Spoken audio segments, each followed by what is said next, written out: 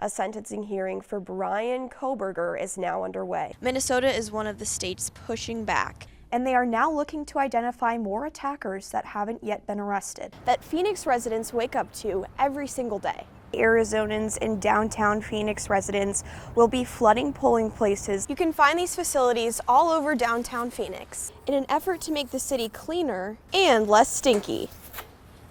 Proposition 134 did not pass. Here's what it means for the state of Arizona. Holmes and over 30 of his family members present at the trial were distraught and upset. This has been challenged by Republican politicians more and more as of late, posing as Trump supporters.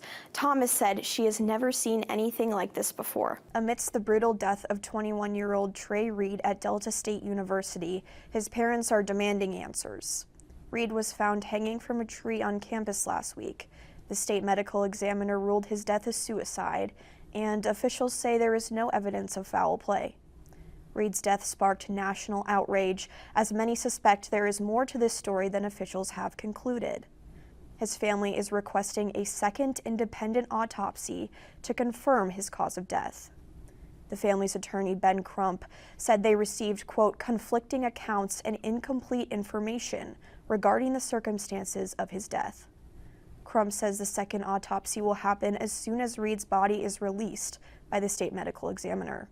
The independent autopsy will be funded by Colin Kaepernick's Know Your Rights Camp Autopsy Initiative, which hopes to keep the case far from closed. Good afternoon, and thanks for joining us on Fox 9 and Fox Local. I'm Abby Jurek, and today we have an update on a high-profile deadly shooting in Minneapolis. A teenage suspect has been arrested in the killing of an 11-year-old boy at Falwell Park. Amir Atkins was killed when gunfire erupted in the park back on June 23rd. Minneapolis police say a 16-year-old boy was arrested in Apple Valley Tuesday morning. He has been booked into the Hennepin County Juvenile Detention Center. In national headlines, the man who pleaded guilty to killing 4 University of Idaho students will find out today how long he will be locked up in prison. A sentencing hearing for Brian Koberger is now underway. During a plea hearing earlier this month, Koberger did not give a motive for the brutal stabbing deaths. In exchange for his plea, Koberger avoids the death penalty.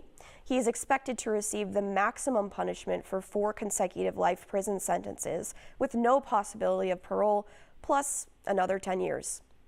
It's amazing. Mandy Matson is the assistant director of her mother's dance studio in Hugo. Matson's mother was diagnosed with ovarian cancer shortly after her father found out he had lung cancer. Her mom's cancer went into remission, but her father died last year.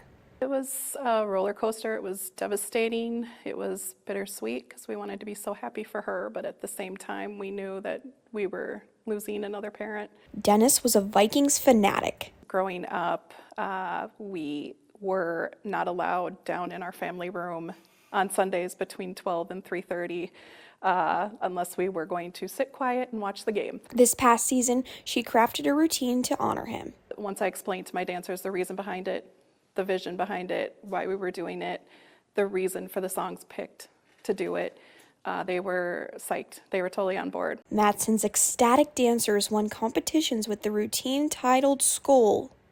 Once we put the piece together and we saw it perform on stage for the first time, it was every emotion. Everything from the costumes to the music was planned out to honor Matson's father. I could just feel my dad sitting right next to me. It was pretty neat.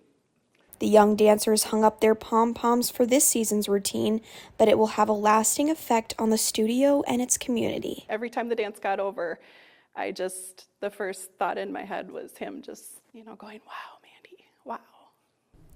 Maybe cats really do have 9 lives. One cat made an incredible reunion with his elderly owner post-LA fires. 82-year-old Catherine Kiefer assumed her California Maine Coon named Aggie was dead for 2 months after the Palisades wildfire in Los Angeles. Aggie and Kiefer's home was left in ashes. Last Wednesday, Kiefer got an exciting call from the West Los Angeles Animal Shelter. Kiefer said, quote, "I was very much worried that I was going to wake up and discover that it had been a dream." Her daughter, Carolyn, shared their reunion Saturday in a TikTok video that captured the love and attention of millions. Tears streamed from Kiefer's eyes as Aggie curled up in her arms. Aggie was in tough condition when he was found. He was, quote, basically skin and bone and in a state of starvation, Carolyn said. Aggie is now undergoing treatment and will return home soon with Kiefer. She is anxiously awaiting her cat's arrival and has a message for other pet owners awaiting their cat's return as well. She said, quote, don't underestimate cats. That is such a heartwarming story. As a cat owner, I can't imagine thinking my cat's dead and then I find her and she's alive. That is really crazy. That's I mean, actually as insane. Abby's personal cat sitter for Squeaks, I would be devastated if you lost Yeah, Squeaks. that would be very unfortunate. It would be. Yeah.